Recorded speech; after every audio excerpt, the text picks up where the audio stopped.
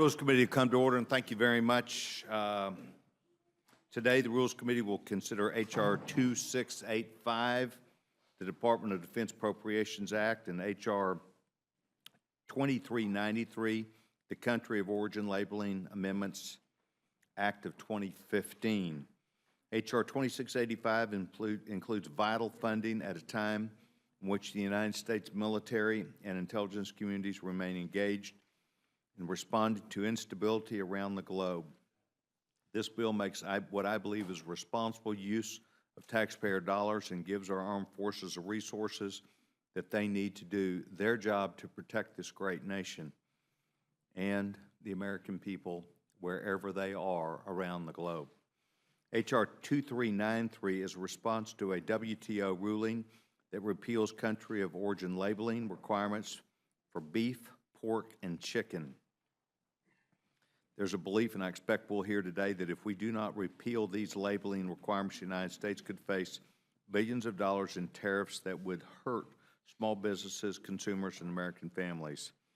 I want to thank the gentleman, Chairman Rodney Freelyheisen from New Jersey for being here, as well as Pete Volkowski of Indiana for their hard work. I met with both of them last week at the back of the chamber, and they both gave me the confidence that not only would they be prepared this week, but they have worked well together to make sure that the members of the United States military, our armed forces, and their families would be well taken care of in this bill. And I really look forward to coming back this week to see both of you, and we're delighted that you're here.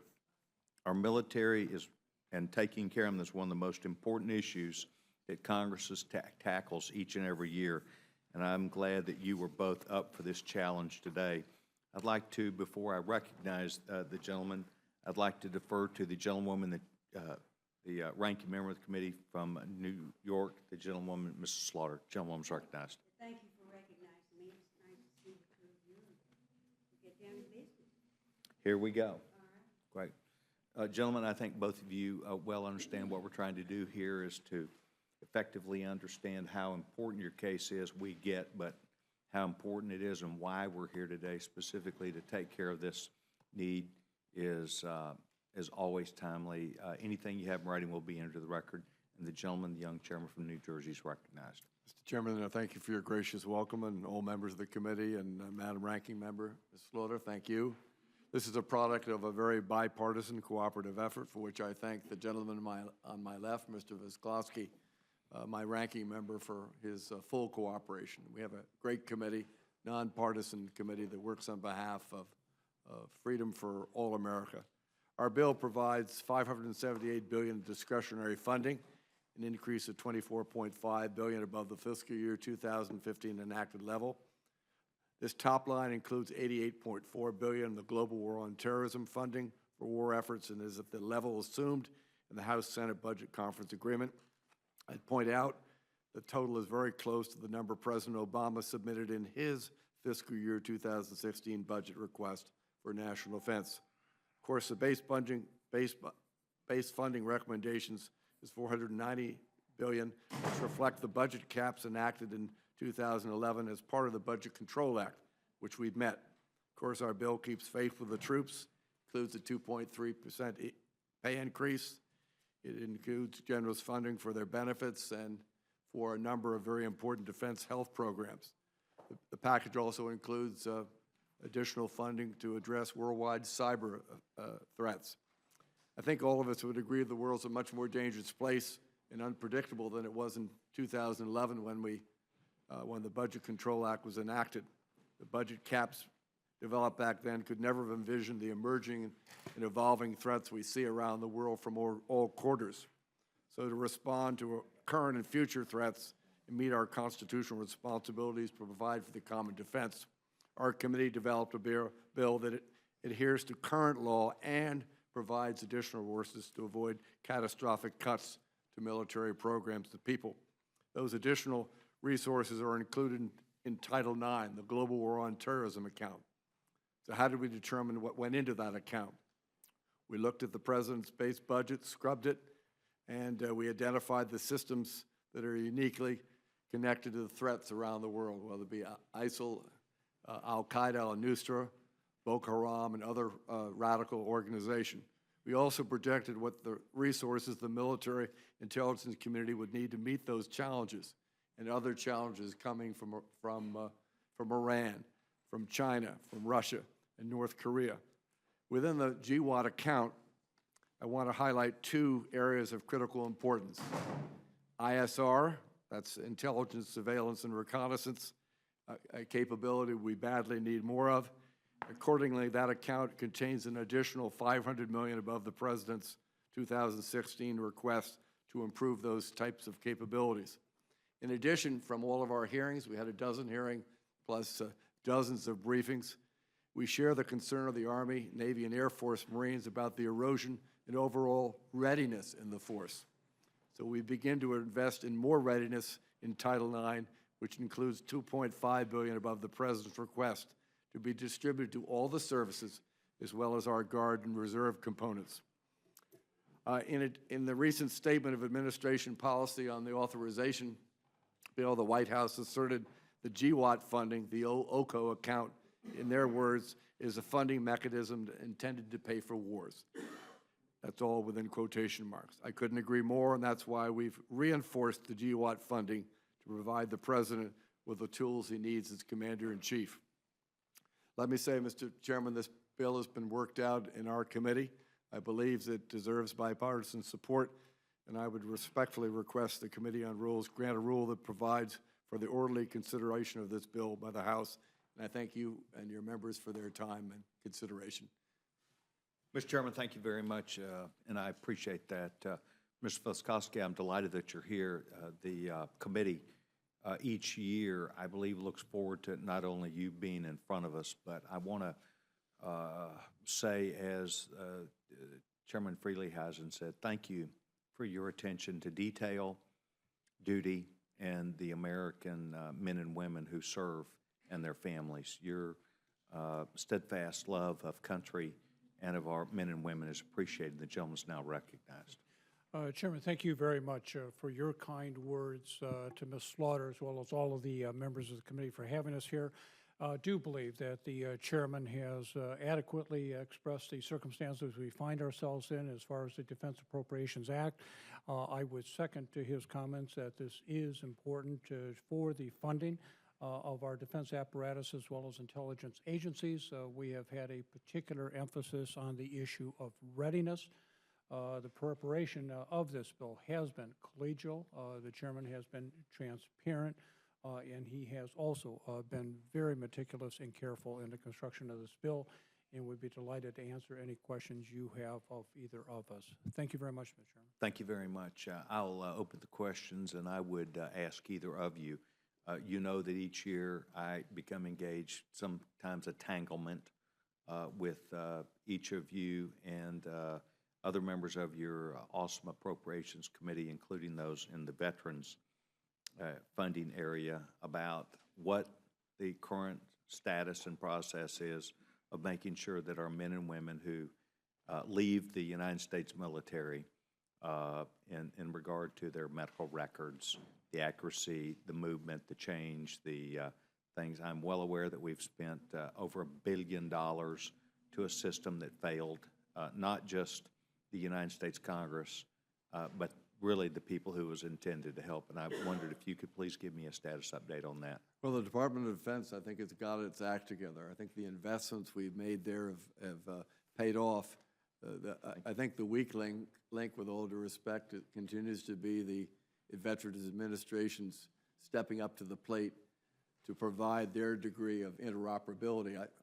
I've been dogged on this issue. Actually, both Mr. Voskowski and I have, not only knowing of your interest, but the fact that both Ranking Member Lowy and Mr. Rogers sort of threw down a gauntlet to then Secretary Eric Shinseki, as well, who was heading up the VA, and at that point Chuck Hagel was Secretary of the Army. Said we cannot have a electronic record system for our military that isn't seamless. So I'm pleased by the progress I see the Department of Defense has made, but it needs to be matched by the same sort of resources that are being put into the Veterans Administration. So I think we've made some progress. I think the money's been well spent, and I think it's all accountable. Mr. Chairman, I would just Yes, sir. add that this should be done by now. That's what Compared you're going to where a I want year to hear. ago. It should be done. Compared to a year ago, I would agree with the chairman's observations. I do believe a sense of urgency has taken hold at the department, and that they are making all deliberate speed. I wouldn't, again, I think the chairman would. We should be done with this, but I do think there's that sense of urgency that has overtaken them. Thank you very much. It's my belief that the ranking member, Ms. Lowy, our young chairman, have stayed after this issue in the highest level of discussions with the department. And I just think that in the midst of all that the department has, it became less than an important issue. And Hal Rogers and I have spoken a number of times about this. Hal told me it's not just me, it's several members that are serious about this. And you're saying you're serious, you believe it's getting done. When do you think we will be able to hear it is now done? Is there a goal? Have they gotten back to you? I know they're now serious about it. Are they still trying to measure 3 times? What are they trying to do? And when do you believe we will get that answer so that we can look forward to it? Mr. Freeley. I'd like to tell you next year, I'd like to tell you 2017. I think the Department of Defense totally has its act together. But you're dealing with a total different system in the Veterans Administration, which is not on our committee's jurisdiction. You literally have veterans hospitals all around the country, each with a different IT system. But I am told that when those who are discharged from the military today, we're currently in the military, Guard and Reserve and regular military, their records are all electronically connected to the Veterans Administration. It's the older veterans that are using the VA where the issue is. That the soldiers today are connected through the Department of Defense to the VA, but there's a huge backlog within the VA itself in different hospitals around the country, each with evidently a different IT system, and it's been pretty difficult in that regard. Well, look, I don't want to take you guys on. I don't know how old is old, but I know a few years ago it wasn't working. So it's my understanding that today, when a person leaves the military, they are also given an option to get their own records in their hand, which is a light year advantage too. On the side of the military, it's just the flow through is the problem. So great, thank you very much. Please tell Chairman Rogers and Nita Lowy that in fact you showed up and that guy asked the question again, because I don't think this issue should go away until it's solved, and I know that both of y'all feel that same way. By the way, I noticed when Tom Cole walked in, there was a sense of relief across both your faces to think that you had some help on this side of the dais, and in fact you do. Tom Cole does an awesome job on behalf of the Rules Committee when he's with you, and when he's up here, it's all about you guys. So the young chairman's recognized.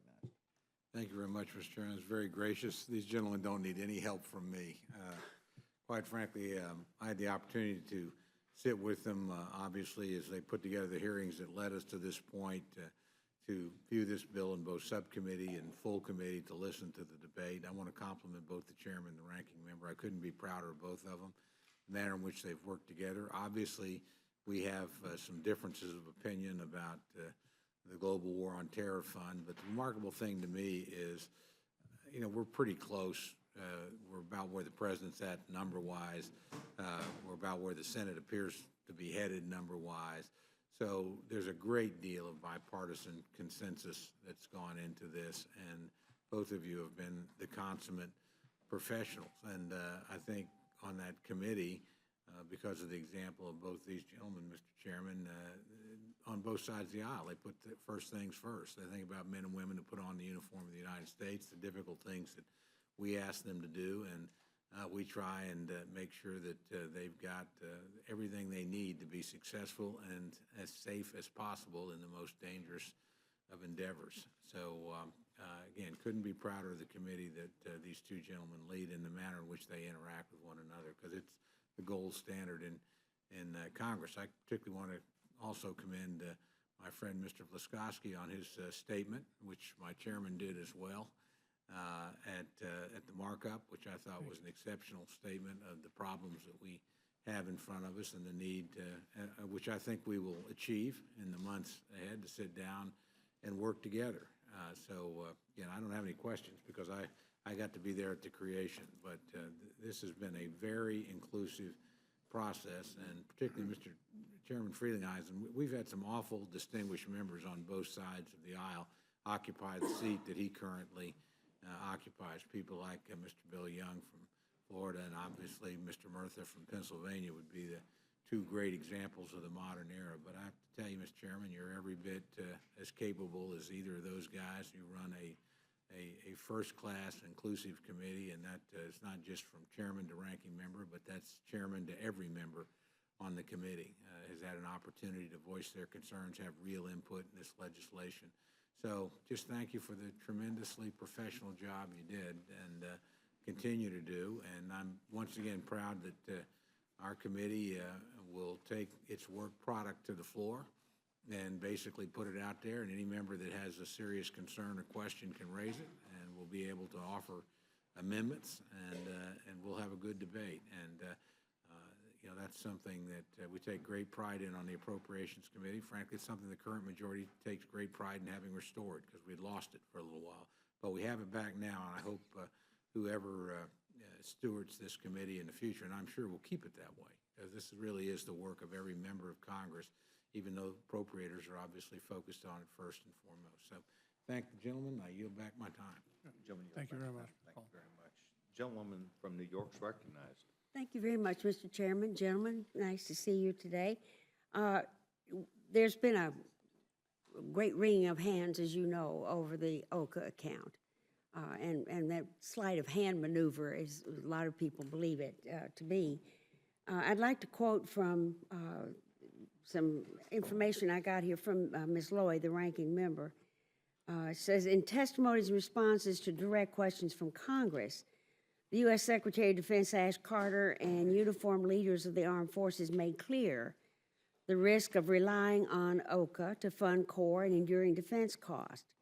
The approach would create a massive $38 billion hole in next year's budget, which is a massive hole indeed, and destabilize critical long-term planning.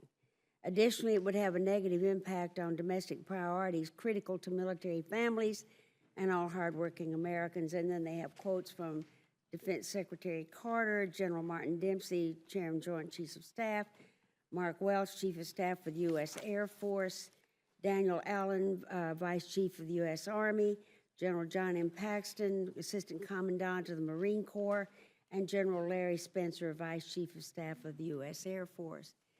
What comment do you have to say about putting that in this year, which would make a $38 billion hole in your deficit for next year? Ms. Slaughter, if I could take Indeed. your question, Yeah. I'd be delighted to do that. I have said in committee, I have said in subcommittee and elsewhere, that I don't believe OCO should exist at all. I believe the world circumstances we face today are the new normal. Yeah. And the administration, whoever it is, ought to anticipate that in their budget. Having said that, OCO, in terms of its description, has gone through a number of iterations over the last 15 years. We used to call them supplemental appropriations. To get to the quick, the president asked for monies in excess of the cap, if you would, to get the budget ball rolling. The House of Representatives passed a budget resolution that essentially, as Mr. Hall pointed out, achieved about the same number, but changed the value of the OCO account. Right. I would simply say, for consideration of the bill on the floor, regardless of how members vote, I would point out that the chairman has been meticulous in looking at which items to include in that account, looking at it in a historical perspective, Right. not only in terms of what the president asked for, but what has been included. I don't think either of us would argue that if we continue down this road, it does make planning for the department impossible. It does indeed. But at this point, we're struck with an administration that has asked for OCO and a budget resolution that has provided for OCO in differing numbers. We cannot legislate in the abstract. We have to legislate what has been given to us. Was it put there in that account so that it's under sequestration, we're supposed to have any increases in both domestic and defense? And to cut out the domestic part so that there would not be any increase in domestic spending? Was that the purpose? I could not indicate what the purpose of the House budget resolution is. All I can point out is. I'm talking the about putting this president money his in OCO. accounts- in It was his put in account OCO asked so for that- money. The amount of Right. money that the president is seeking for defense is basically about the same amount we are. I understand You that know it is. I understand that. And- But what, by putting that in that OCO account, you're not going to be raising any money on the domestic side, correct? Well, I don't think we can add, there certainly is some resistance, and maybe reflected in the Budget Act to do that. But I think both of us accept the responsibility of providing this president the resources he may very well need to address some of the crises around the world. He isn't all that happy about it. I've got his statement here. He's not that pleased with that. If I could. Of course. I would agree with the assertion you have made that defense, because of the OCO account and the implication for the cap that the other 11 appropriation bills are operating under, has, if you would, more room to maneuver. I'll say. That has not been given to the domestic accounts. Mr. Cole mentioned Yeah. my remarks in full committee, and I addressed that issue by indicating that we need a strong nation as well as a Indeed. strong defense. Right. And when we have interstate highways that collapse and kill citizens of the United States and don't invest, when we underinvest in, if you would, scientific research, when we're falling behind educationally, that is a fault. That is a larger picture that I also suggested in committee last week, needs to be addressed no later than September 30th, because that is our fiscal year. You're talking about the Budget Control Act itself, right? We need to address the situation we find as the Yes. chairman and I sit here today. We have been given this portion of that issue. Yeah, we're decimating an awful lot of the government with this. But let me ask unanimous consent to put Ms. Loy's statement in the record. Without objection. And also the statement of administrative policy, which says they strongly oppose the passage of the bill. And they've mentioned the OCO. Let's see, however, the bill drastically underfunds critical investments in DOD's base budget, instead using the overseas contingency operations funding in ways that leaders in both parties have made clear are inappropriate. Base budget sequestration levels will damage our ability to restore readiness, advance badly needed technological modernization, keep faith with our troops and their families, and meanwhile shifting base budget resources into OCO risks undermining a mechanism meant to fund incremental cost of overseas conflicts and fails to provide a stable multi-year budget on which defense planning and fiscal policy are based. This is indeed a way for us to get through this year's appropriation. Let me ask you Without now, objection, consent to put that put to the these in. It's not just this bill. Everything would come up here, we end up talking about how we have hamstrung ourselves with the BCA. And we ought to be grown up enough to deal with that, I think. And I strongly recommend it for everybody on appropriations. Thank you. Gentlewoman yields back the time. Thank you very much. Gentleman from Louisville, Texas, Dr. Michael Burgess. Thank you, Mr. Chairman. And Mr. Chairman, you've correctly identified what has been an ongoing problem and a source of great irritation with the lack of interoperability between the Department of Defense and the VA system. And I'm not an expert. I've spent a lot of time studying interoperability and the problems that Congress has caused in interoperability in the civilian side with the stimulus bill and pushing $20 or $30 billion out into the ether with no reasonable expectation of return on investment, or what seems to me no reasonable expectation. But here you have a system where the VA is using an open source software, and if you believe the news reports, the Department of Defense is just on the precipice of spending 10 or 11 billion dollars for a proprietary system. So I presume that you have done significant hearings in your subcommittee as to why the proprietary software is the correct way to go with the VA having an open source system? We've examined we're impressed by what the DOD has put forward. Of course, the real question sort of is driven by the chairman and your interest. How long will it take to have indeed operability? But and I say this respectfully, the VA is dealing with a very antiquated system. It may be open source, but it's hindered by operations in a variety of different hospital settings where the IT is no match for whatever they're promising. I feel pretty good about where the Department of Defense is, but we've been insistent that they accelerate what they're doing and have an earlier connection to whatever the VA comes, their legacy system. We've been pretty insistent. We have had a committee focus on this issue, not only driven by the chairman of this committee, but by both the ranking member Lowy and Chairman Rogers. It's taken far too long, and we're going to continue to work on it. Well, and I do think you see areas in the civilian sector around the country where venerable institutions are abandoning legacy systems that they themselves developed from the ground up in the years prior to having a proprietary system. But I, just like the chairman, I am worried that at the end of this, we'll have invested $11 billion, maybe very appropriately, in a Department of Defense system, but we're still going to be stuck with the mismatch at the other end. I don't know what the answer to that is. I am mystified as to why this has gone on since 2007, and a lot of people have been hurt in the process, and I regret that. I hope that you are right, and going forward we will get this right, because it is critically important. Thanks, Mr. Chairman. I'll yield back.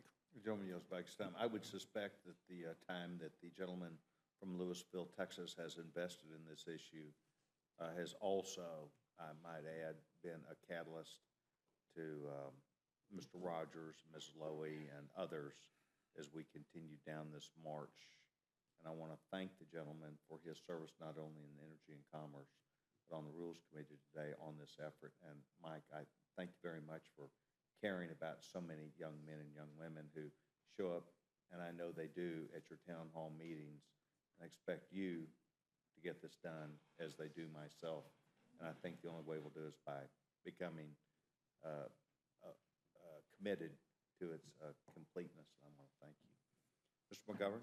Well, thank you very much, Mr. Chairman, and I want to thank both of you for being here, and I appreciate the hard work that you all do on the Appropriations Committee, and there's some good things in this bill. I want to thank you for your help with calling attention to the issue of funding for service dogs. A lot of our veterans who are suffering from post-traumatic stress syndrome, we found it's an important tool to help them kind of deal with their issues and not have to rely so much on medication, so thank you. There are obviously some things in here that are troubling, and the ranking member pointed out the administration's concerns on the bill, and I think they're serious concerns. But I just want to make one point, and that is that in this bill that we are appropriating money, a lot of money, for the war in Iraq and Syria, but the Congress doesn't seem to have the stomach to vote on it or bring up a debate on an AUMF. And there is, I know there's sense of Congress language in here saying that Congress has a constitutional duty to debate this. It's a sense of Congress. I'm not convinced it's going to force the committees of jurisdiction or this House to do anything about it, because last July we passed a resolution overwhelmingly on this House floor that said if we were going to be involved in sustained combat operations in Iraq and Syria, that we would vote on an authorization, on an AUMF. We were told back then, that was in July and August, we started bombing Iraq on a regular basis, and now it's extended to Syria. And we're now borrowing about $3.5 million an hour on this war against the Islamic State. And we never brought up an AUMF last year. Speaker said that the 114th Congress should be the place to do it, even though it all began in the 113th Congress. We're in the 114th Congress, still nothing. We were then told that we have to wait for the president to submit an AUMF. He did. I've got some problems with the AUMF he sent up here, but it seems to me that it's in our hands now to either, restrict it, expand it, or say enough. But it's in our court now, and there's still no promise or no AUMF vote in sight. And so, and again, technically this is supposed to be a Foreign Affairs Committee issue, but I don't know when we're going to get a Foreign Affairs Committee bill up here that we can attach anything to or have a debate on in AUMF. We didn't have it on the Defense Authorization Bill. We're not going to have it really on the Defense Appropriations Bill. And I just think that, there's just something fundamentally wrong when we are putting men and women in harm's way, when we're appropriating all this money and borrowing more money on top of it, and we just don't seem to have the time or the stomach to vote on whether to authorize it or not, which is our constitutional responsibility. So I raise that because it's a troubling aspect of all of this. It's not your fault necessarily, because again, this should be a Foreign Affairs Committee resolution, but I don't see anything coming out of there. And that we're going ahead and moving forward on this. And again, we're not doing our job. I really do think it's a disservice to the men and women who we put in harm's way, and I think it's a failure of our own constitutional responsibilities, and I regret that very, very much. And so I'm going to offer an amendment in the Rules Committee to kind of force a vote on an AUMF. It's not germane. Well, it's going to require waivers, which I'm not going to get. I can tell you in advance. But nonetheless, I think this issue is too important just to let this moment pass without kind of raising it. We need to do better. So, yeah. Mr. Montgomery, if I might comment, I do think it was a step in the right direction and we had a recorded vote in committee, that going forward, we ought to have a full debate in the Congress, and we ought to have a resolution. The definition of what that should look like, given the complexity of the situation we face in places like Syria and Iraq, will be very difficult, and I don't minimize that. It is all the more reason why this institution, and I agree with you, should do it. I would also pose to you, it would make the job of this subcommittee much easier because there would be a structure going forward. Would also point out that I would request an open rule, and I would anticipate under such a rule that you will have a number of amendments offered by others of our colleagues revisiting some of the authorization that exists today that clearly, after a decade and a half, is very dated. One that was offered in committee said that upon enactment of the bill, it was not adopted in committee. You have, if you would, Congress, 8 months to consider what a new authority should look like. I would hope that we do, because we owe it, as you point out, to the men and women who put on that uniform and risk their lives to have some structure to their commitment. I don't want to belabor a point, but you also mentioned the administration's concern. I have an administration concern myself, and that is I have seen a number of veto threats by the administration. Fine. I would suggest that the administration understand the fiscal year starts October 1st. Right. We ought not to be having this debate in December of this year. And given the fact that this institution is going to be in recess for 5 weeks in August, the administration ought to call upon the leadership of both of these bodies and get to work now. Mr. Chairman, can I respond to Mr. McGovern? We had on our big mark in the full committee on this bill, I think a pretty good discussion where I think some Republicans and Democrats lined up with the notion of having authorization of military force. Others sort of held back, and I was not particularly supportive of the amendment, primarily because, quite honestly, this is sort of goes to the root of how thick things change so quickly. It was ISIL-centric. In reality, if you look at Iraq today, what's most frightening, and what, quite honestly, some people in the administration are not willing to admit, is that to a certain extent, the government's been taken over by Iran, and we are providing close air support for people who've basically been on our enemy and terrorist list. So I would have hoped, and this is not a political shot, that we perhaps would have had a little more clarity as to what the president really would like to seek. Because in reality, if we ever come up with a comprehensive plan to defeat ISIL, if they're defeated, the people that'll take over in Iraq will be the Iranians, because quite frankly, they have a better game plan than we do. Well, I guess, and I appreciate that, but I guess my point is simply that if you're going to commit all this money and you're going to put our troops into harm's way, that you ought to have clarity. You ought to have a clearly defined mission. And if you don't, then you're not to put them in that situation. And I think that that's the frustrating thing, is that it seems sometimes that we're making this up as we go along. If people want to, I mean, I've heard some, some senators say the trouble with the president's authorization, AUMF, is it's too narrow. Want to give them more power.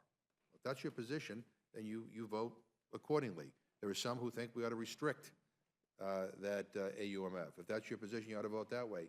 But not going on record, not providing an authorization for the use of military force for these latest operations means we're not debating it and we're not asking the tough questions. And I don't think we should be putting people in harm's way if we don't know what the hell we're doing. It's just not fair. And anyway, I appreciate the work that you've done on this, but I'm just frustrated that we seem incapable of wanting to confront this issue head on here in Congress, and I think that's a great disservice to the people that we represent, and certainly the people who are in harm's way right now. And I yield back my time. I thank the gentleman very much. Assume we will have this discussion at some point.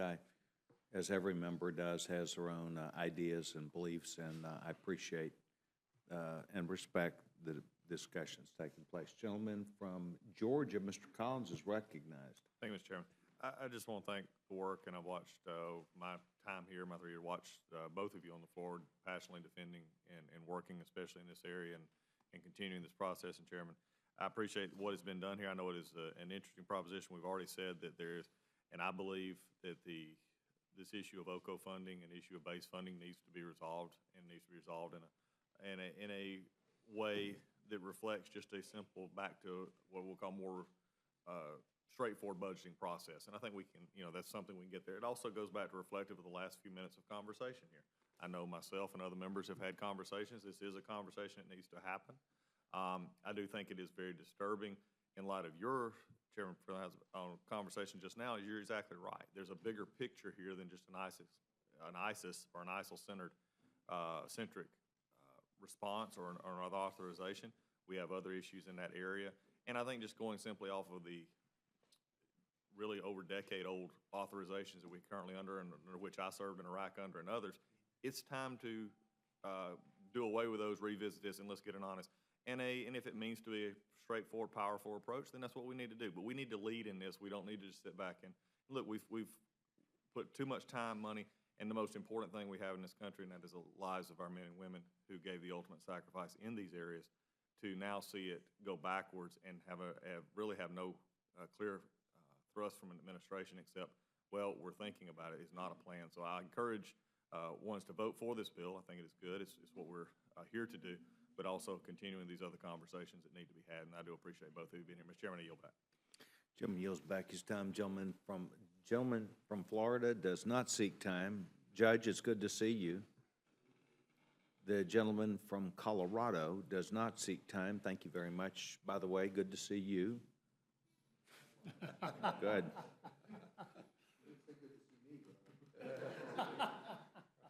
Jim, I'm delighted to see you. And I did mean to acknowledge that you're I was on Morning Joe this morning. I tried my best. Yeah. Our team missed that. I wonder why. Anyway, thank you very much. I wanted to make sure we allowed the time necessary, and the gentlemen yield back their time. Gentleman from Alabama. Thank you, Mr. Chairman. I want to say to both of you gentlemen, as a member of the Armed Services Committee, how much I appreciate the working relationship that our committee has with your subcommittee and our staff with your staff. I think it helps the process a great deal, and I appreciate the hard work you and your members do, and I think it serves our country well. When we met with General Dempsey on the Armed Services Committee back in January, and we were going over what we were going to authorize and, of course, what you're appropriating to, he called it the lower ragged edge of what we need to do to defend the country.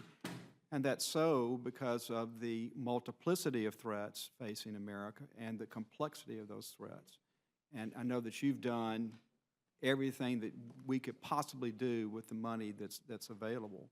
But I do worry about that lower ragged edge, because sometimes we may find that lower ragged edge in itself isn't enough because of the fact that circumstances are changing so very quickly, whether it's in the situation in the Ukraine, the situation in the Middle East, the situation we find ourselves with North Korea, and the ongoing aggressiveness of the Chinese in the South and East China Sea. I was listening to the discussion just now about the AUMF, and Mr. McGovern and I share a lot of commonality about that. My problem as a member of the authorizing committee is it's hard for me to understand what wording we would put in an authorization for the use of military force when we don't have a strategy.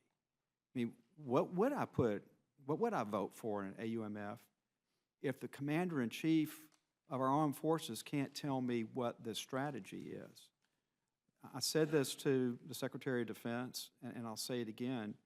We need a clearly articulated strategy for defeating this group ISIS, obviously working in conjunction with the Iraqi government, but also on the Syrian side. And you know, we have this thing where we're supposedly training somebody in Syria to fight against ISIS over there. I worry about how far that's going to go. I know that it's not your job, and it's really not the Congress's job to come up with a strategy. It's the commander-in-chief's job. So as we have these debates going into the future, what I would like to see, and I think what most everybody in Congress would like to see, is a clearly articulated strategy, and one that we could sit down and debate, and then debate what is the appropriate authorization for the use of military force that we could all vote for. And I hope, as I hope for this bill, that we'll do it on a broad bipartisan basis. Because the men and women that are fighting over there, they don't fight as Democrats or Republicans. They fight as Americans, and they do a great job, as you know. And I appreciate so much what y'all have done with the work that you've done on this. But in the days to come, as we debate these issues about whether we're doing enough with the lower ragged edge of funding and authorization for them, and how we do define a strategy, I think that's critically important for this country and for the men and women that serve our country. And I yield back, Mr. Chairman. Gentleman yields back this time. If I may, Mr. Chairman, I'd like to thank the gentleman and certainly all those who've commented. We work very closely with Mac Thornberry, your chairman, and Adam Schiff, and there's our staffs, our excellent staffs compare notes.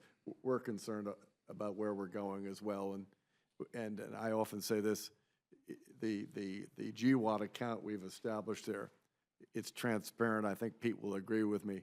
We've done everything we can to vet that account to make sure it's focused and gives this commander-in-chief the tools that he needs now and all probability will need. So I would agree with you. We want to make sure that that he has those abilities and those resources. And so it's a bipartisan wish on all of our parts. Thank you. And I simply would add, I appreciate the gentleman's testimony before the subcommittee and your participation.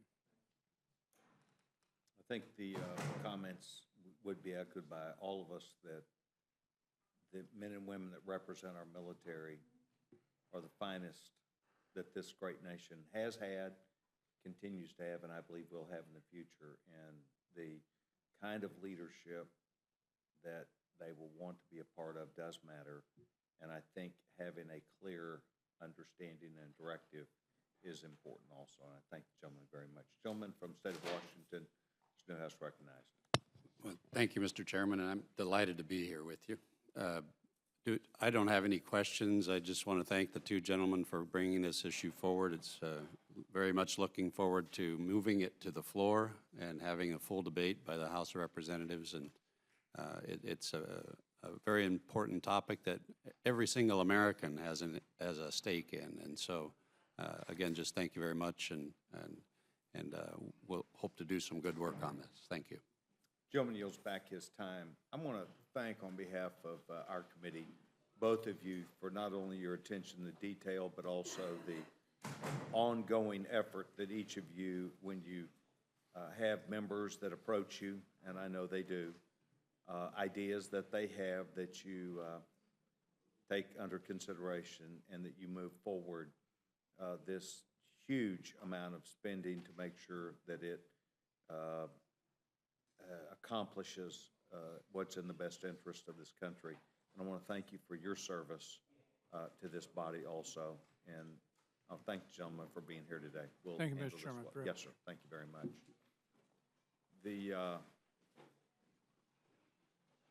At this time, I do not see where anyone is seeking to be recognized for H.R. 2685, so this closes the hearing portion of H.R. 2685. I would recognize, as we go through a transition now with the gentleman from Texas and Mr. Lauro, as they move up to the table, I want to introduce some interns that I have from college interns from my office. Kat Behringer from Southern Methodist University, Antonio De Pena from University of Virginia, UVA, Ryan Fees from Southwestern University, Georgetown, Texas, which is my alma mater, and Alexandra Douglas, also from Southern Methodist University. And I note that I'd like to defer to the gentleman, Mr. Collins, for an introduction of his young son at this time also. Gentleman's recognized. Thank you, Mr. Chairman. And it's always good. We spend a lot of time up here, and this was the week in which my son, who has started to work this summer, was able to come with me. But Cameron is with me this week. He'll get a good introduction to our late votes and early sessions. So he enjoys coming up here, but I just want to thank the chairman for recognizing him, and I'm just proud of him as a proud father would be. You bet you are. Cameron, welcome. We're delighted that you came by to visit not only your dad, but each of us here today. We take great pride when our kids come up here, your daughter, or perhaps others, and I know it makes a difference, and thank you very much. We now move to H.R. 2393, Country of Origin Labeling Amendments of 2015. I'm delighted that both of you are here. We gave opening comments about this, Mr. Laura, a little bit earlier. Chairman Conaway, we welcome you. If you have anything in writing, we would certainly want to have you leave that so we can include that in the record. And the gentleman from Texas, the chairman of the Agriculture Committee, is recognized. Well, thank you, Mr. Chairman. Chairman Session, Ranking Member Slaughter, members of the committee, thank you for the opportunity to testify today regarding the rural governing debate of H.R. 2393, the Country of Origin Labeling Amendments Act of 2015. Country of Origin Labeling, or COOL for short, was first enacted by the meat products, for meat products as part of the 2002 Farm Bill. Implementation of the law was delayed until 2008. Less than 5 months after the COOL implementing rule was published, Canada and Mexico challenged the rule at the WTO, arguing that it had a trade-distorting impact by reducing the value and number of cattle and hogs shipped to the United States. The process has since progressed through dispute settlement panel phase and a U.S. appeal to the WTO's appellate body.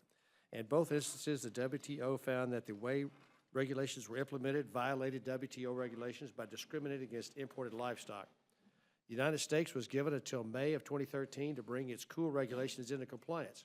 In response, USDA issued a revised COOL rule in May of 2013, which required that production steps, born, raised, and slaughtered by origin country, be included on meat labels.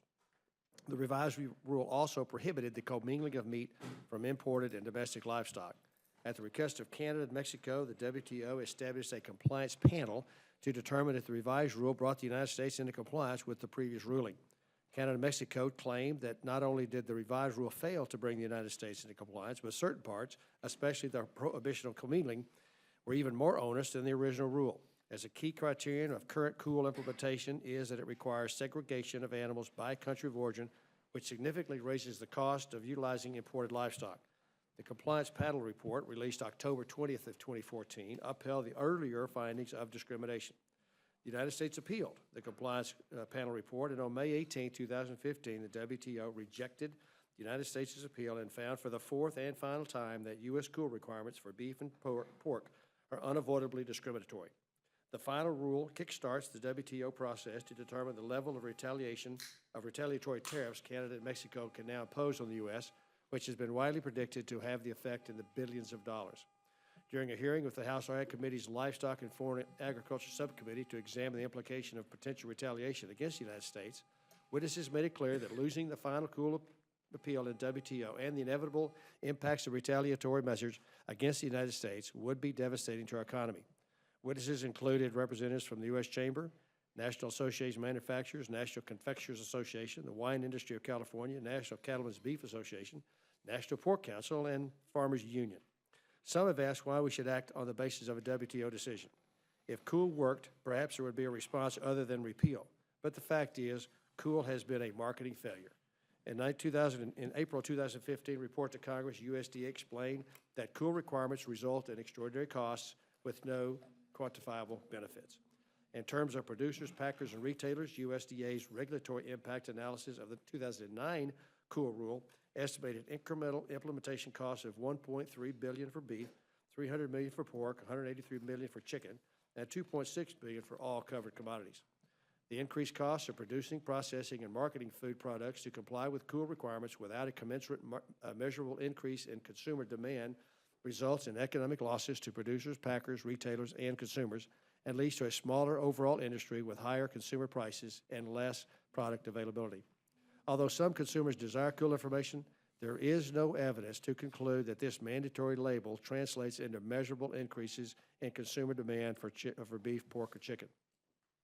Economic models indicate that consumers over the long run face higher prices and therefore purchase less due to the increased costs associated with COOL implementation. In response to those who argue COOL enhances food safety, as I've maintained now for over 10 years, that is simply not the case. If it were, then all meat served at restaurants would come with information regarding the meat's origin, but it doesn't. And that is because retail food establishments are exempt from COOL requirements.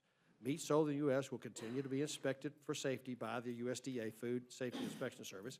This bill does nothing to change that and will simply repeal a heavy-handed government mandate marketing program that has proven unsuccessful. Finally, although chicken was not a part of the WTO dispute between Canada and Mexico, the U.S. and the industry requested that COOL requirements for chicken be repealed as well due to the high costs and lack of benefits associated with the requirements. The National Chicken Council has repeatedly expressed its desire to be removed from COOL requirements. So here we are with a policy that imposes high costs and no benefits. If we keep it in place, our national economy will suffer significant damage as a result of billions of dollars. Secretary Vilsack has quoted numerous times acknowledging that the COOL repeal requirements is a viable option to bringing the U.S. into compliance with its WTO obligations and avoiding retaliatory measures. In a May 1st letter of 2015 letter to Congress, Secretary Vilsack reaffirmed the need for Congress to repeal the disputed COOL requirements or develop a generic North American label. However, Canada and Mexico have previously rejected the North American label, rendering that option unacceptable. In other words, if we go down this path with Canada and Mexico have already rejected, we would continue to face retaliation unless and until we demonstrate we're in compliance with our trade obligations.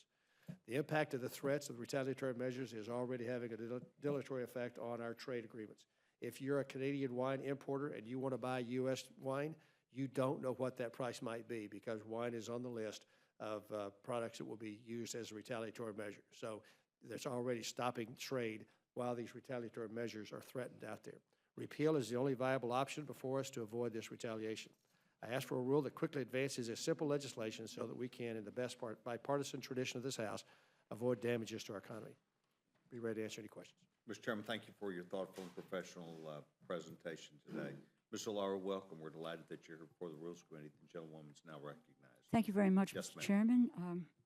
Ranking Member Slaughter, members of the committee, thank you for the opportunity to testify today.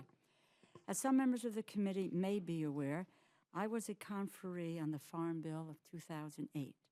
and one of the authors of the language, along with my colleague Denny Rehberg of Montana, Colin Peterson, and others. On a bipartisan basis, we authored the language in that bill in 2008 that expanded the country of origin labeling. Okay, thank you. Thank you. Is that better? Yes, ma'am, it is. Thank you. Thank you. I will just restate that it was a bipartisan group of members, including myself, Colin Peterson, Denny Rehberg, and others, who authored the language in the 2008 Farm Bill that expanded the country of origin labeling law. I have worked on cool issues for many years as a member and former chair of the Agricultural Appropriations Subcommittee. I could not be more proud of my role in the development of cool. Over a decade of polling data shows that American consumers consistently and overwhelmingly support it, frequently by majorities of 90% or more. People deserve to know where their food comes from. American farmers and ranchers deserve the opportunity to distinguish their products. Complete and accurate information is one of the cornerstones of a free market. What is cool? Marketing tool via mandatory product labeling. It differentiates U.S. and imported meat products, creates an incentive to buy U.S. beef and pork, boosts demand for U.S. beef and pork, consumers' right to know the origin of the food product. What cool is not is a food safety tool, as my colleague has indicated. We do have meat and poultry inspection systems that cover food safety for domestic and imported product. The World Trade Organization itself has repeatedly ruled the provision of information to consumers to be a legitimate goal for domestic regulation. So I'm extremely disappointed that the World Trade Organization has ruled against cool again. In light of this ruling, I agree that we should seek to protect American exporters by avoiding retaliatory sanctions. But that has not yet become necessary. It has been less than a week since Canada and Mexico filed their retaliatory tariff requests. The WTO dispute settlement body will not consider it for another week. We do not know what level of retaliation, if any, will be approved. Canada and Mexico must prove harm, and that could be difficult in this case. A study by Dr. Robert Taylor of Auburn University found that cool had no significant effect on Canada's export market for beef. And there's further indication from this study that showed that it did not, cool did not negatively impact imports of slaughter cattle. What likely did drive a decrease in imports was the global recession and a weak economic recovery. USDA monthly data on imports of 400 to 700 pound cattle did not show cool having a significant negative effect of imports of feeder cattle from either Canada or Mexico relative to placements in U.S. feedlots. And cool has not had a significant negative effect on the price paid for imported slaughter cattle relative to comparable domestic cattle. If retaliation is approved, it will probably not begin for several months. In the Brazil cotton case, it did not begin until 21 months after the final appeal ruling. Applied to cool, that time scale will take us to March 2017. We still have options for maintaining U.S. sovereignty. For example, U.S., Canada, and Mexico could make a deal that avoids the imposition of sanctions altogether. Again, there is precedent for that in previous WTO cases the U.S. has lost. More than 60 other countries have mandatory labeling requirements, so there is a scope to find a reasonable solution.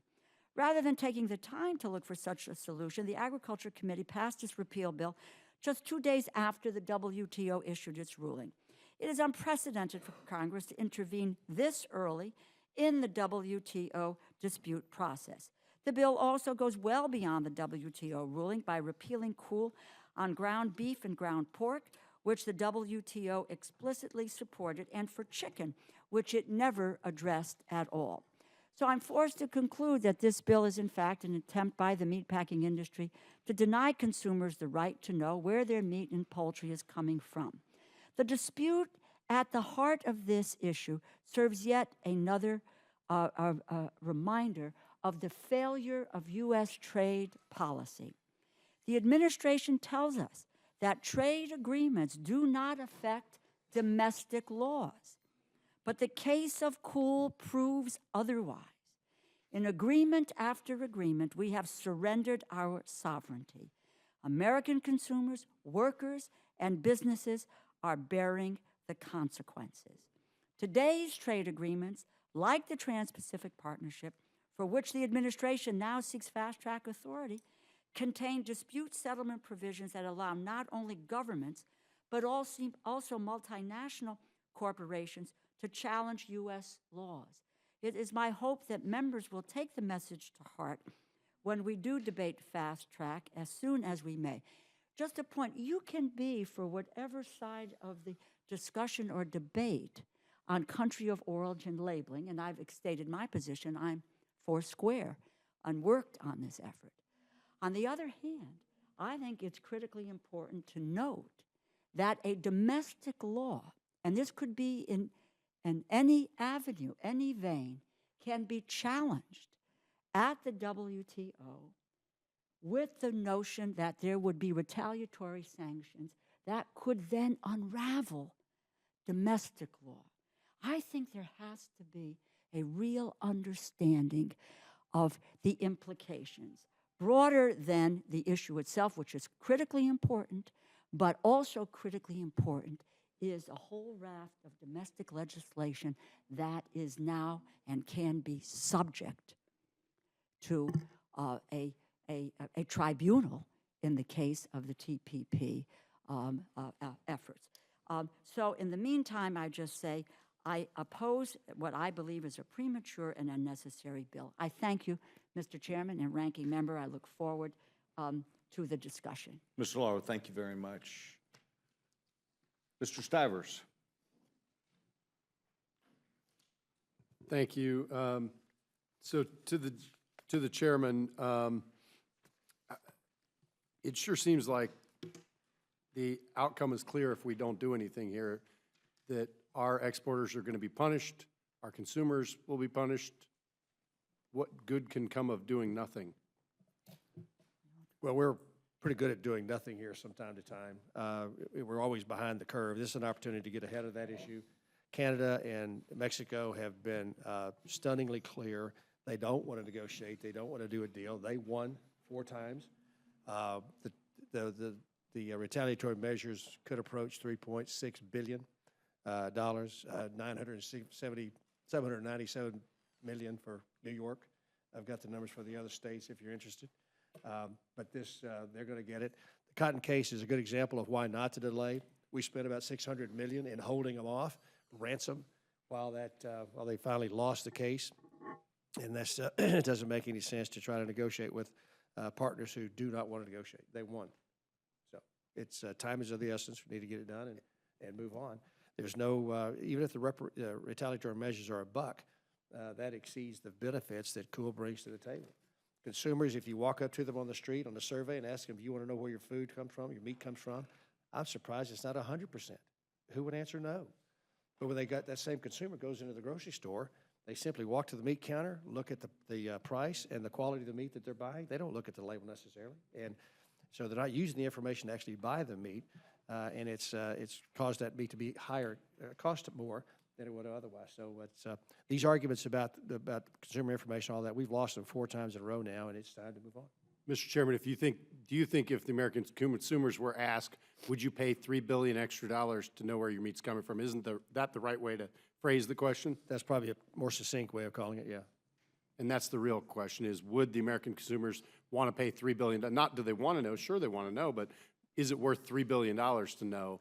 And it's pretty clear to me that at every level we've lost on every repeal, and you can tell where it's going from there. So I just hope we can avoid the coming calamity by acting and making something happen here, and hopefully the House and Senate can work together. I know this issue's become, unfortunately, more partisan than it should, but it's really a question of how much you want to pay for your beef and your other meat products. That's right.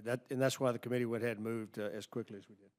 thank you. Thanks for your work on it. I'm sorry it's not more bipartisan, but I just can't Well, we had a allow good the vote American committee. It was- consumers it to was- pay yeah, $3 This is billion. bipartisan. It was- You had a committee vote, which it was was 38 to 38 to 6. Okay. Right. So it was 38 to 6, okay. But you're still, not happy with the way the language is, Ms.? Oh, no, I am.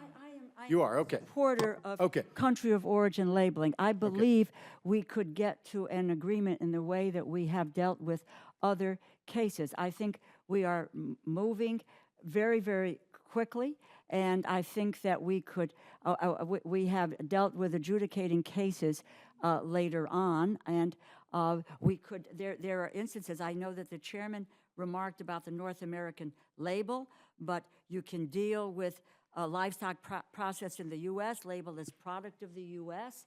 You could come to some agreement, I believe, without us repealing what has been a domestic law directly because of the WTO. I voted for the WTO many, many years ago, but I'm just saying is that is what we're being pushed to, to change a domestic law. And look, I understand there's also been enormous pressure from industry, and all the studies have shown that it hasn't negatively affected our ability to either for higher costs or so forth. You can challenge those, I suppose, but nevertheless, there is plenty of data that describes that process. So you'd rather see us wait and see what happens. Let me I ask you, would you be willing to, if we repeal this, we could have another crack at trying to find a way to do this that is WTO compliant, couldn't we? I mean, because it's clear this isn't WTO compliant. I mean, that's like, I don't know, it's crystal clear to me, maybe not everybody. It is, no, once you've repealed it, we have repealed our own law. Right, we've repealed our own non-WTO compliant law that will cost us $3 billion in sanctions. But couldn't we go back and try to get it right and do it again No. in a WTO compliant way? Well, but I would think, given the testimony that the chairman gave, I think there is a wonderful expression, I think, of getting this back is slim and none, and slim left town. So I don't think that is, that's going to be, the case in this effort. We will have gone ahead and repealed a domestic law of the United States, which on a bipartisan basis, which, as I say, this issue has never been a partisan issue. On a bipartisan basis, we made it part of the 2008 Farm Bill, and people. And it got pulled out in the Senate, I remember, yeah. No. Oh, I'm sorry. In the 10 or 12 bill, we had it repealed and it got pulled out in the Senate. It was in 2002. Yeah. 2008, it is in the Farm Bill signed law, et cetera, Right. et cetera, et cetera. Well, I guess for me, it comes down to not wanting our consumers to pay $3 billion more for their. Well, they're not paying $3 billion more. And I will tell you, I don't know about you, Mr. Chairman. I don't know how much of the grocery shopping you do in your household. I do all the grocery shopping in my household, and I watch others who are there. And these days, people do look at labels, whether it is a nutrition label, whether it is a country of origin label. They do. There's much more. People are much more attuned to looking at where product is coming from. And as I say, one can be for it or against it. I am for it. I'm also very, very, very concerned that whether today it's country of origin labeling, what is it tomorrow that we would feel that we would have to jettison on a domestic law that we might all care about because And I certainly understand the gentle lady's concerns. I would just say if it's something that's more serious, we have a chance then to figure out what we want to do with the WTO on an ongoing basis if it becomes something that's onerous. I don't think this one is that onerous, and I do all the shopping for my family, but I'll let other folks ask questions. But I do think, I applaud the work to try to get this right, and the WTO has been really clear to us, and I just don't think we should delay and potentially cost our consumers, let me say it that way, up to $3 billion. That's not my number, that's the number that's been in the paper that I read, so I'm not making that number up. That's the number that's out there. But so I'll just yield back the balance of my time and let other folks ask questions. Thank you, Mr. Chairman. Thank you very much. I I think that what we're doing here today, with this premature repeal, is really the first salvo shot in what trade agreements do. Just the fear of a trade agreement, we're going to fold like a cheap chair here in this country, and I think who knows what's next? Clean air, clean water, whatever.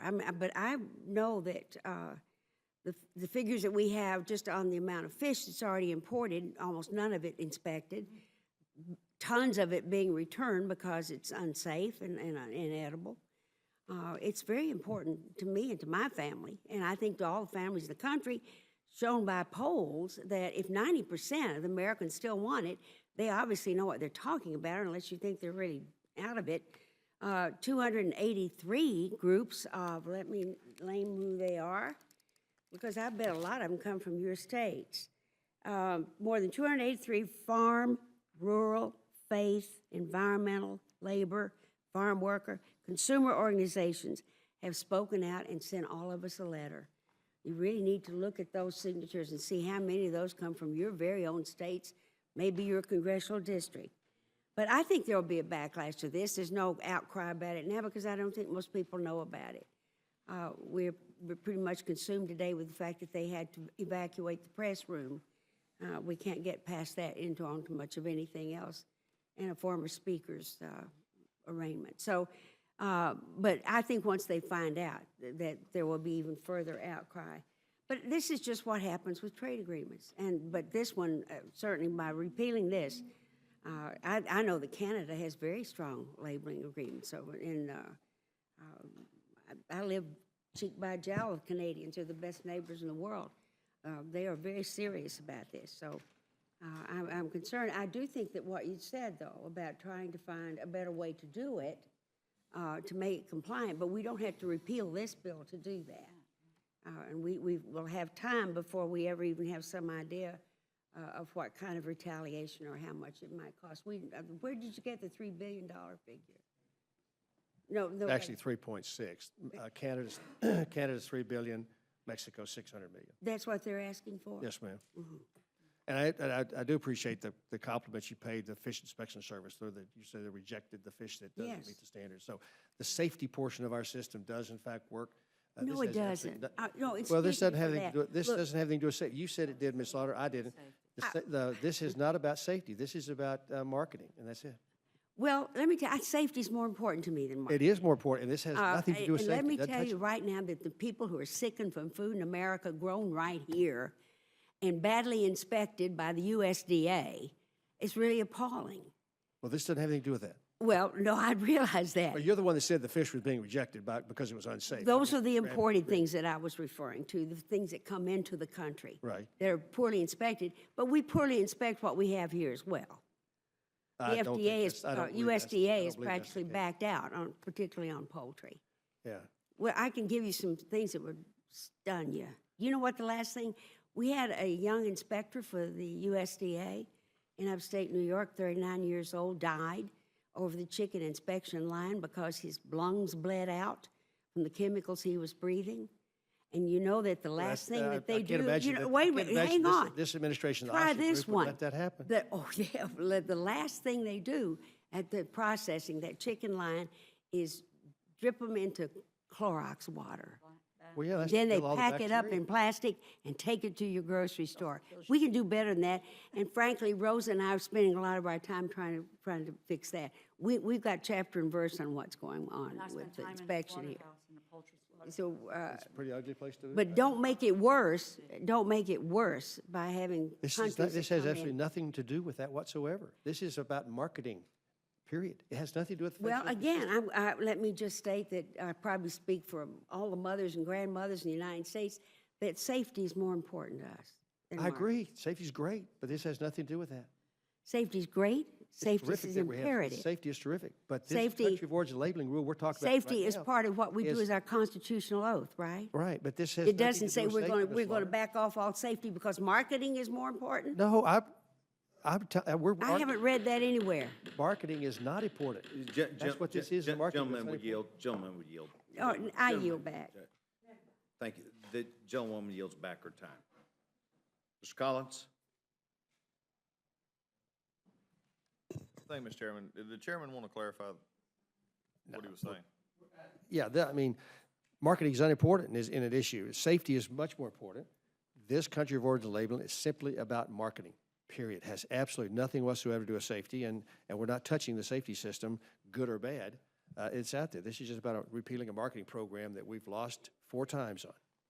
Thank you. I appreciate the chairman clarifying that. And also one, it serves on this committee whose district is known as the poultry capital of the world. There are some considerations that was spoke of here that safety is being looked at. Safety is a extreme thought in our district, and then we put out safe and good chicken for America. We'll continue to do so. And that's why I just wanted you to be able to clarify that. Well, Mr. Chairman, I yield back.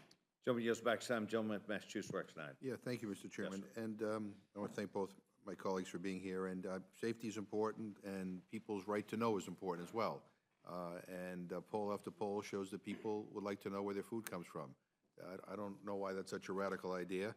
I get it. We need to address this issue sooner rather than later. But this bill before us, I'm not sure is the answer. It was introduced just 2 days after the WTO ruled against the United States country of origin labeling requirement for meat. And I think that, we ought to be working toward a more thoughtful approach that balances consumers' right to know with where their meat comes from with our trade obligations. And I'd like to think that there's something short of, let's just throw this all out. And I worry that what we're doing is kind of sending a signal that we're not interested in pursuing a compromise. And again, I think that goes against what most people in this country want. And I don't get why we have to take this step at this particular moment. I think there's something in between here, and that's what we ought to be doing. I would just say to you, Mr. McGovern, that is really at what the issue is. Because USDA, and I believe Secretary Vilsack would be more than willing to, to do this, is that they could rework the cool rules to bring this into compliance. And my view is that we ought to allow that to occur. Let the USDA, before we repeal a domestic law because of pressure from a trade agreement, let the USDA rework the cool rules so that we can be in compliance. And so I think the point is, nobody's saying do nothing, and nobody's, sticking their head in the sand.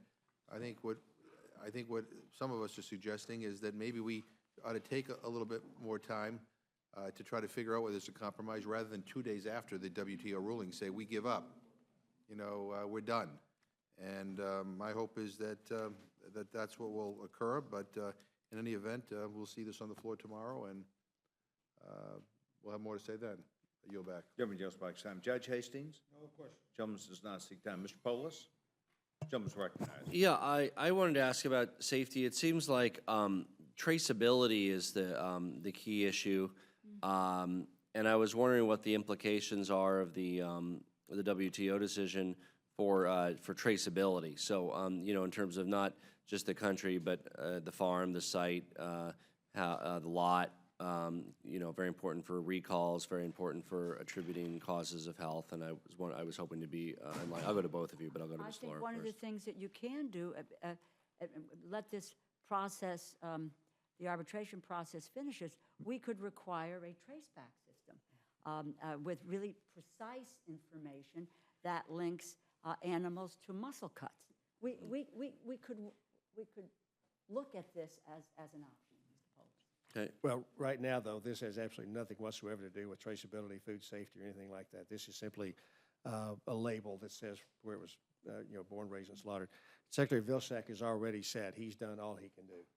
Oh, yes. So, the Secretary said that, but the Secretary also has been trying to... Canada and Mexico have also said they are uninterested in a North American label. They're uninterested in what? I didn't hear. Said that. They're uninterested in a North American label. They're uninterested in a compromise. Secretary Vilsack's already said there's nothing more he can do, that if we lose the appeal, and this was before we lost it, if we lost that final another, that it was out of his hands, and they were yeah, well, I mean, Congress to fix it. So it seems like the basis for it is that the country of origin piece is not the piece that's linked to health. It's more of a marketing thing. But the traceability is the piece that would be linked to health. So I would tend to favor a response to this where we try to actually tie this into health rather than kind of give up on the whole concept. And I'm wondering whether you're open to. Well, that's a much broader question, and we're just simply responding to the narrow, focused piece of this with respect to the country of origin labeling and not looking at the traceability or the other food safety issues that may be out there. This is Well, I would add that respond to that. this would be a good time to do that because we have a window of time, and whether it's this week or next week or soon, we have to act. It seems like the two potential ways of acting would be to either eliminate what we have, which is what this proposes, or to move forward with a more meaningful food safety program. And that this sort of branch in the road, I think it's a missed opportunity if we simply repeal the country of origin piece without looking at the food safety piece, which is, I think, the more important one to many of us here. If I may, Vilsack and his team at USDA are in fact working with the animal industry to create a viable traceback system that would in fact address whatever food safety issues are being brought. So there is that effort going on at USDA now, and so just.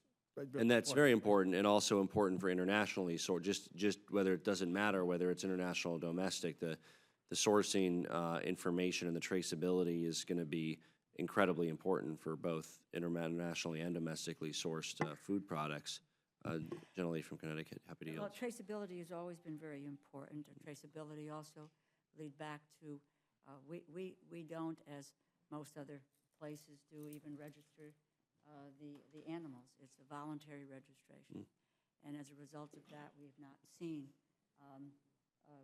the ability to deal with traceability. This is years ago, and I could recall being chair of the Ag Committee and even the ranking member, where we were spending millions and millions of dollars that were really going out the window because we didn't have a system in which we could really effectively trace back. And as far as I know, we have not made registering a mandatory function. And so our traceability ability is severely limited. Yield back. Gentleman yields back his time. The gentleman from Alabama, Ms. Byrne, does he seek recognition? Yes, sir. Mr. Gentleman's Conway, recognized. you said that the health and safety function is not compromised at all by this. Now, there are other things that are on food labels besides country of origins. Are there other things that are required for food labeling? Are they compromised by this? No, not in the least. So this is narrowed just to country of origin. And I think what you were saying in response to a prior question was that there are some things that are being done through the Department of Agriculture that would allow us to be able to trace food back to a country of origin. There is an effort going on. For health and to figure out a way safety to trace reasons. it. Yes. So it doesn't compromise the health and safety function. It doesn't compromise the other labeling function. And we do have an effort through the Department of Agriculture that could get to tracing it back where it comes from through their agency operation. And if we don't do this, we'll have $3 billion of tariffs slapped on us by the Canadians and $600 million worth of tariffs slapped on us by the Mexicans. That's the threat, yes. Thank you, Mr. Chairman. I yield back. Thank you very much. Does the gentleman from Washington seek time? Yes, sir. Gentleman's recognized. Thank you, Mr. Chairman.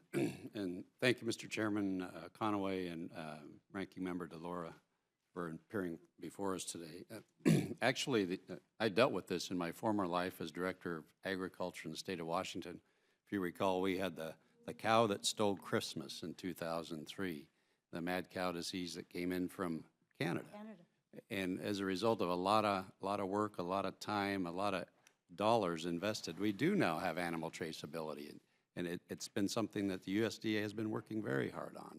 But from what I understand, that this particular part of the law does not deal with safety issues. No, it doesn't. I never said that it did. So we're talking about marketing issues, and I guess not to mix the two, I wanted to focus a little bit on some of the things we've been hearing lately. I'm sure many of us have been, that the threats of retaliation are saber-rattling by Canada and Mexico, that There's a lot of maybes and could be's and potential, a lot of different words like that are used. And so I don't want to respond with a knee-jerk reaction either. I want to make sure that what we're doing is the right thing. I guess I'd just like to ask you, Mr. Chairman, if you could respond to some of that. Is this real? Are those threats, are they potential? Or Well, are to they the extent I had conversations last week with their equivalent to Tom Vilsack, Secretary Ritz, or Commissioner Ritz. They are flat out serious. Excuse me. The wine industry particularly has a recent experience with retaliatory measures. In 2011, we lost another WTO case related to trucks coming out of Mexico. They picked the wine industry to retaliate against. It's taken the wine industry until 2014 to recoup their market share of wine exports into Mexico. And apparently, the Mexicans picked pork skins as well, and fried pork skins. I was not aware of that till last week when I was talking to the snack food industry, but a manufacturer in New Mexico lost 20% of his business as a result of the retaliatory measures. So Mexico knows how it works. I take the Canadians and the Mexicans at their word that they are going to pursue these retaliatory measures, and they are just uninterested in negotiating anything but fixing this deal through a repeal. And from what I understand from you said earlier, I think I heard you say that the Secretary has essentially done everything he could within the law, the current law, to fix this. There's no more rule changes or any other avenues that he can pursue. Those are his comments, that he's done all he can do, and it's now up to Congress. Okay. Well, thank you, Mr. Chairman. With that, I'll yield back. Gentleman yields back his time. Thank you very much. You know, Mike, you bring us exciting topics every week. We really thank you very much. But I want to thank both of our witnesses for taking time to be here. This obviously is an important issue to this committee and to our membership as a whole, and I want to thank you both. If you'll please make sure you leave. We have an exciting young stenographer here who is interested in anything that you have in writing, leaving with her so that she can complete the record. She would appreciate it very much. Now, and this panel has done a great job. Thank you very much. I'd like to call up the next panel, the gentleman from Kentucky, Thomas Massey. Mr. Massey, welcome to the Rules Committee. We're delighted that you're here. We're going to kind of take here a second as we make the transformation as Chairman Conaway leaves, as we move around. We're delighted, Mr. Massey, that you're not only for the Rules Committee today, but recognize you'll have something in writing. Once again, our awesome stenographer would be eternally grateful if you would leave her at the time you leave anything you had in writing, and the gentleman's recognized. Well, thank you, Mr. Chairman. I'm here today to represent a group that I don't think is represented here today, and that is American consumers, millions of American consumers that do care about where their food comes from, and also hundreds of thousands of small livestock farmers who know that their product is more valuable than a product that comes from Mexico or Canada. And to tell them otherwise is quite an insult. In fact, I heard an argument here that there's not a higher value placed on American products when it comes to food than there is foreign products. So I pulled up McDonald's website here, and I see they've got a new sirloin third-pound burger made with 100% North American sourced sirloin. Now, do you think McDonald's would have put that on there if it wasn't going to sell more hamburgers at a higher price? I guarantee you they wouldn't. And so this is a marketing issue. Now, I would disagree a little bit about the safety issue. As a farmer myself, I understand that there's a trust. There's a bond between the consumer and the farmer. Farmers can cut corners. There's a withdrawal period if you give your animal antibiotics before you take it to market, but nobody's checking that. And so there's a trust issue. And I think American consumers have a better trust with American producers than they do foreign producers. Now, let me tell you who is represented in this bill. Canadian farmers are represented. Mexican farmers are represented. Large meat packers here in the United States are represented. But the small farmer is not represented. Now, I'm not here to lobby against the bill. I'm not for the bill, but I'm here to offer an amendment. And my amendment, and I must first go back to something that Representative DeLauro said, the chances of stopping this may be slim and none, and Slim just left town. So I'm offering an amendment, and this is a serious amendment. It's an amendment in the nature of a substitute.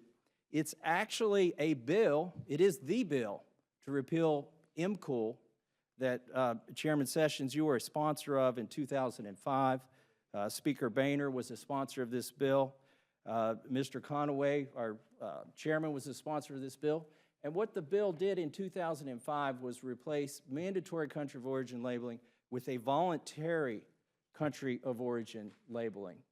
And I don't know how the baby got thrown out with the bathwater here, but if Mr. McGovern said he was looking for a compromise, and I've been looking for a compromise too, and I think if we had a voluntary program to replace the mandatory program, it would certainly satisfy the constraints of the World Trade Organization.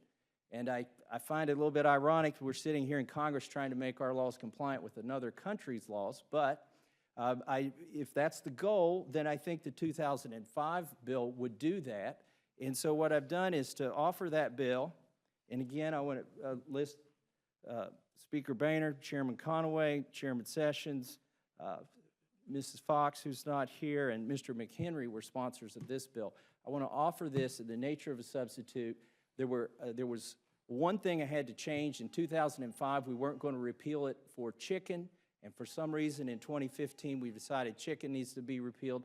So I said, okay, we'll repeal it for chicken, but we need to also have a voluntary program for chicken. And what the voluntary program says, and I'm just about done, let me finish here. I know we have votes to go to. The voluntary program would say that, and it's completely voluntary, a person participating in the program established under Section 292 may not designate a covered meat product as having the United States as the country of origin unless the covered meat product is derived exclusively from an animal born, raised, and slaughtered in the United States. And the reason we need this in there, and I don't like government intervention, but we got to have some rules, because people want to cheat, and you can't raise a cow in Mexico and feed it in Mexico and bring it over here for a day and slaughter it and say, okay, this is American beef, USA beef. You can't take 10% USA beef and mix it with 90% Mexican beef and say, okay, this is USA beef. So in the voluntary program, we need some rules. These are the same rules that the chairman himself offered in 2005. And so I would just stop now and ask that you consider this amendment, allow us to have a vote on a compromise that I think is a very fair compromise. And it's a well-written bill because it wasn't written by me, it was written by members of Congress before I got here. And I yield back. I thank the gentleman. I have no questions. I'll move to Mr. Burgess. Do you have any questions? Young lady from Kentucky.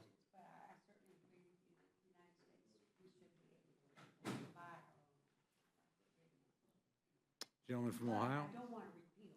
Sorry. If the lady would yield? I don't want to repeal the COOL either. I would like to clarify, I'm not for the bill today. I'm trying to offer, I'm concerned the bill is going to pass. It's definitely on a fast track, so to speak.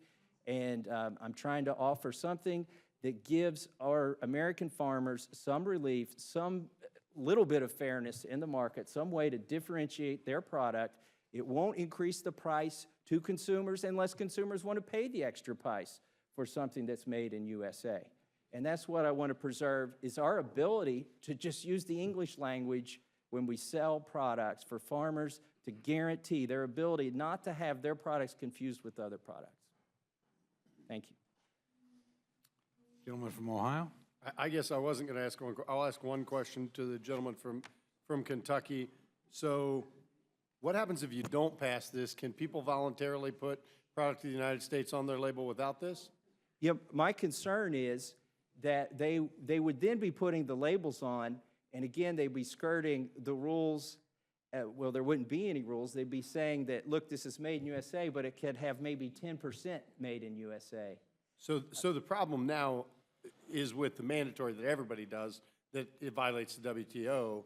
So your concern is if there's no rules, people will say it's made in the United States even though that might, their definition of made in the USA might differ from yours. That is my concern, and I think that was the concern of a lot of members of Congress, including Speaker Boehner in 2005, when they introduced this bill. So you're endorsing Speaker Boehner? I am endorsing his bill in 2005. Just checking. Okay. I yield back. But I could trade something here. No. The gentleman's advised that would be wrong. Gentleman from Massachusetts, have any questions? Gentleman from Alabama? Gentleman from Florida?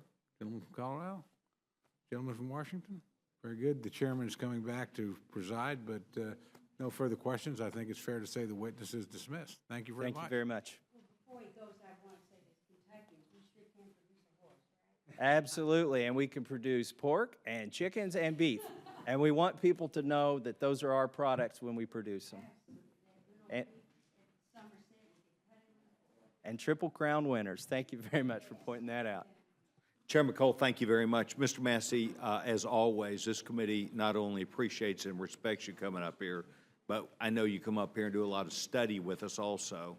So thank you very much for coming up, not only prepared, but in the spirit in which you've done this, and I appreciate you very much. Thank you, know, Mr. he does. Chairman. He does. He does. Thank you very much. Appreciate that. This chairman does not see anyone else that seeks to offer any amendments or discuss H.R. 2393. This now closes the hearing portion of H.R. 2393, and the chairman will be in receipt of a motion from the gentleman from Oklahoma. Mr. Chairman, I move the committee grant H.R. 2685, the Department of Defense Appropriations Act of 2016, a modified open rule. The rule provides 1 hour of general debate equally divided and controlled by the chair and ranking minority member of the Committee on Appropriations. The rule waives all points of order against consideration of the bill. The rule waives points of order against provisions in the bill for failure to comply with Clause 2 of Rule 21. The rule provides that after general debate, the bill shall be considered for amendment under the 5-minute rule, except that 1, amendments shall be debatable for 10 minutes, equally divided and controlled by the proponent and unopponent, and shall not be subject to amendment. And 2, no pro forma amendment shall be in order, except that the chair and ranking minority member of the Committee on Appropriations or their respective designees may offer up to 10 pro forma amendments each at any point for the purpose of debate. The rule authorizes the chair to accord priority and recognition to members who've pre-printed their amendments in the congressional record. The rule provides that 1 motion to recommit with or without instruction. Section 2 of the rule provides for consideration of H.R. 2393, the Country of Origin Labeling Amendments Act of 2015, under a closed rule. The rule provides 1 hour of debate, equally divided and controlled by the chair and ranking minority member of the Committee on Agriculture. The rule waives all points of order against consideration of the bill. The rule provides that the amendment in the nature of a substitute recommended by the Committee on Agriculture, now printed in the bill, shall be considered as adopted, and the bill as amended shall be considered as read. The rule waives all points of order against provisions in the bill as amended. Finally, the rule provides 1 motion to recommit with or without instructions. You've now heard the motion from the gentleman from Oklahoma, and I would defer to the gentleman from Washington for a brief summary of the rule. The gentleman's recognized. Thank you very much, Mr. Chairman. This rule provides for consideration of 2 important measures. H.R. 2685, the DoD appropriations measure, under our standard modified open rule, which allows members to offer any amendment to the bill that complies with the rules of the House, but limits debate on each amendment to 10 minutes. And H.R. 2393, the Cool Bill, under a closed rule. And I just urge all members to support the rule. Thank you, Mr. Chairman. I thank the gentleman for a discussion on the rule. The chair will now be in receipt of any motion or discussion. Gentlewoman from amendment or discussion. Gentlewoman from New York's recognized. Oh, I got that. It just takes me a second to get it out. It's okay. Mr. Chairman, I have an amendment to the rule. I move the committee grant H.R. 2685, 2393 each an open rule so that all members have the opportunity to offer amendments on the floor. You've now heard the amendment from the gentlewoman from New York. Discussion. Seeing none, the vote will now be on the Slaughter Amendment. Those in favor signify by saying aye. Aye. Those opposed, no. Noes have it, noes have it. Roll call, please. Gentlewoman asks for a roll call vote. Ms. Fox? No. Ms. Fox, no. Mr. Cole? Mr. Cole, no. Mr. Woodall? Mr. Burgess? Mr. Burgess, no. Mr. Stivers?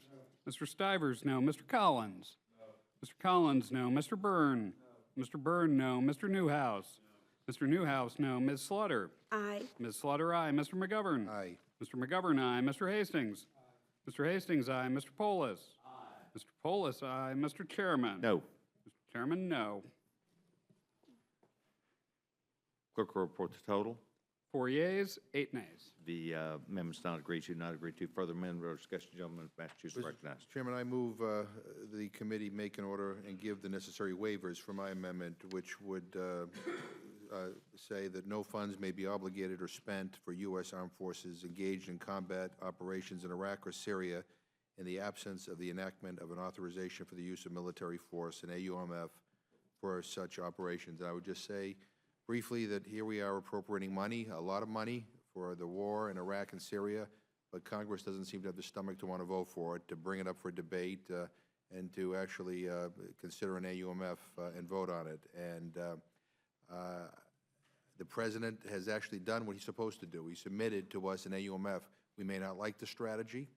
We may not think it's a good enough strategy, but he did what he's required to do. It is now up to us to do what we're required to do. You could limit it, what the President has proposed. You can expand it. You can vote up or down, yes or no on it. You can say bring all of our troops home. But I just think it's unforgivable for us 10 months into this war to continue to put our troops into harm's way, spend on average of about borrow on average of $3.5 million an hour to do this in Iraq and Syria, and to sit on the sidelines. I think the excuses have run out, and I think we need to force a vote on this, and I hope my colleagues will vote yes. Further discussion. Mr. Chairman? Gentleman from Oklahoma is recognized. Thank you very much. I find myself in the uncomfortable position of supporting what my friend is trying to do, but opposing this particular amendment, so I feel compelled to explain why. I think what my friend from Massachusetts is trying to do is exactly the right thing. As a matter of fact, the Defense Appropriations Bill actually contains an amendment passed by a bipartisan majority of that committee calling for Congress to take up and do exactly that. Ms. Lee offered the amendment, and myself and I think 7 or 8 other Republicans on the committee supported her, so she prevailed. But I think in doing that, I think what that amendment recognizes is if we do simply an amendment to this bill, we're under a 10-minute rule. So we're going to decide whether to go to war or not in 10 minutes of debate. And again, I share my friend's frustration. This should have been taken up. It was taken up, but not seriously taken up by the committees of jurisdiction. But I don't think we ought to be making a decision of this magnitude with that little debate. So I'll continue to work with my friend. I know this amendment is offered in good faith. I agree with him on the position. I just don't think the amendment's the appropriate vehicle. Now I yield back. Oh, certainly yield back. Yeah, no, and I just say to the gentleman, I appreciate what he and Barbara Lee tried to do in the Appropriations Committee. It is a sense of Congress resolution. We did that in July. What the gentleman supported it as well, and I appreciate it. I'm under, and this is not, we're not voting on an AUMF here. We're saying that we ought to vote on an AUMF. So it's not 10 minutes of time on an AUMF. That's something that I hope the Committee of Jurisdiction, which I guess in this case is still the Foreign Affairs Committee, will ultimately do. But I guess my worry, and I would feel a lot better if the leadership of this House would tell me that, you know, by a date certain we're going to consider this, then we wouldn't have to do this. But my worry is that it's become too easy for people, I'm not just saying Republicans, but Democrats as well, to be on the sidelines and be a critic, point fingers, and have absolutely no skin in the game here. And I think if we're not going to do what I think is our constitutional responsibility, then we ought not to have our troops deployed in harm's way. And so I appreciate the gentleman's comments, but I still think that I think I offer this out of frustration and out of anger and out of kind of regret that I can't get any confirmation that we're ever going to do this. I don't want to be here 10 months from now or 2 years from now or 3 years from now, talking about the need to authorize a war that, quite frankly, we should have authorized before we got engaged in it to begin with. I'll go back. Reclaiming my time, again, I agree with my friend's frustration. I think it's appropriate to be frustrated. And I'll just continue to try and work with him and exert pressure on our side of the aisle. I know my friend is doing that in another vehicle legislatively, and I think that's an appropriate thing to do as well. So I thank him for his leadership on this issue.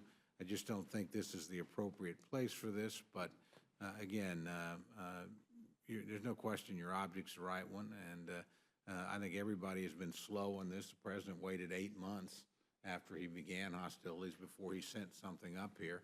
I agree with my friend's statement that though having sent something, we ought to act on it.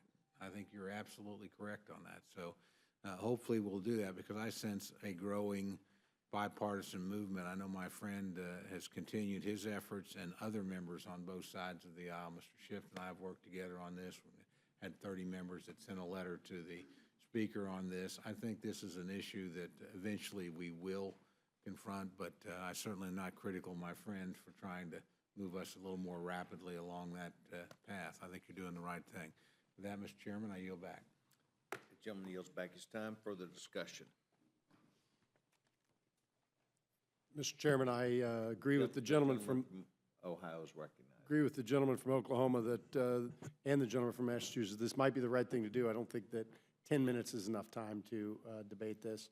So I look forward to working with the gentleman from Massachusetts in another forum to try to figure out how we can have Congress do its job. And Mr. Chairman, if I could just add, we're the Rules Committee. We could give this 2 hours if we wanted to. There's no requirement that it has to be 10 minutes. And again, what this simply says is that that if we want to continue these funds for this war, that by October 1st, because that's when this bill kicks in, we ought to have a debate and a vote on an AUMF.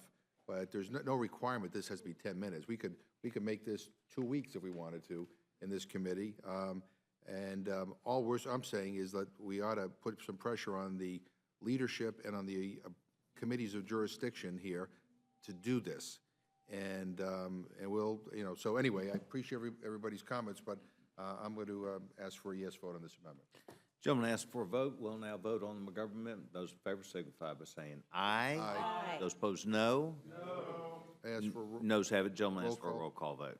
Ms. Fox? No. Ms. Fox? No. Mr. Cole? No. Mr. Cole, no. Mr. Woodall? Mr. Burgess? Mr. Burgess, no. Mr. Stivers? No. Mr. Stivers, no. Mr. Collins? No. Mr. Collins, no. Mr. Byrne? No. Mr. Byrne, no. Mr. Newhouse? Mr. Newhouse, no. Ms. Slaughter? Yes. Ms. Slaughter, aye. Mr. McGovern? Aye. Mr. McGovern, aye. Mr. Hastings? Aye. Mr. Hastings, aye. Mr. Polis? Aye. Mr. Polis, aye. Mr. Chairman? No. Mr. Chairman, no. Clerk will report the total. 4 yeas, 8 nays. The amendment is not agreed to. Further amendment or discussion? Seeing none, the vote will now be on the motion that is made by the gentleman from Oklahoma. Those in favor signify by saying aye. Aye. Those opposed, no. No. Ayes have it, ayes have it. Roll And call. a gentlewoman asked for a roll call vote. Ms. Fox? Aye. Ms. Fox, aye. Mr. Cole? Aye. Mr. Cole, aye. Mr. Woodall? Mr. Burgess? Aye. Mr. Burgess, aye. Mr. Stivers? Mr. Stivers, aye. Mr. Collins? Mr. Collins, aye. Mr. Byrne? Aye. Mr. Byrne, aye. Mr. Newhouse? Aye. Mr. Newhouse, aye. Ms. Slaughter? No. Ms. Slaughter, no. Mr. McGovern? No. Mr. McGovern, no. Mr. Hastings? Mr. Hastings, no. Mr. Polis? No. Mr. Polis, no. Mr. Chairman? Aye. Mr. Chairman, aye. Clerk will report the total. 8 yeas, 4 nays. The motion is agreed to, and the gentleman from Washington, Mr. Newhouse, our farmer and rancher, will be handling this. Mr. McGovern for the And minority. Mr. McGovern for the minority. I would say to our committee that at this time I have no further information about the next time we will meet. Excuse me, I'm sorry. Tomorrow, I believe. is scheduled, I'm isn't it? sorry. I'm the one that's getting that mixed up. Tomorrow, it is tomorrow at 3 o'clock p.m. You are And exactly I right. would also like to ask you about the trade bill. We have a lot of rumors that it will be coming up this week. Do you know when? You know, that's really where my brain was. Yeah. That I don't know exactly for sure, but I tell you what we're gonna do, we're gonna have a meeting tomorrow at 3 o'clock. And you want to tell me then? I will tell you then. All right, we're very I'll curious tell you to ahead of know- time if that's what we're gonna do. I think the Senate sent over 3 bills. You're contemplating 4. There's no committee action, so we just wondered, has any decision been made on that? Has not. Okay. Can you tell me that tomorrow? I promise to tell you as soon as I know. How about that? Okay, all right. Good. Thank you very much. 3 o'clock tomorrow, we will meet, and we've finished with the committee work today. Thank you very much. I need to learn how to look at it.